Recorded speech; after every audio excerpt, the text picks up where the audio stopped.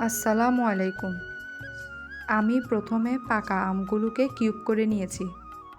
আমি দুইভাবে আম কিউব করেছি। যার যেভাবে সুবিধা হয় সে সেভাবে কিউব করে নিতে পারেন।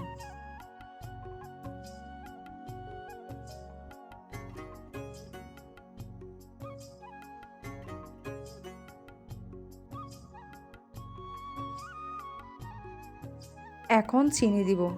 মিষ্টিটা যে যার পছন্দ মতো দিবেন। স্বাদের জন্য গুঁড়ো দুধ দিব। এরপর তরল দুধ দিব। এখন সব কিছু ভালোভাবে ব্লেন্ড করে নিব। গ্লাসে ঢেলে নিব। উপর থেকে ভ্যানিলা আইসক্রিম দিব। ছোট ছোট আম কিউব করে দিয়ে দিব দেখার সৌন্দর্যের জন্য। হয়ে গেল ঠান্ডা ঠান্ডা আমের জুস বা শরবত।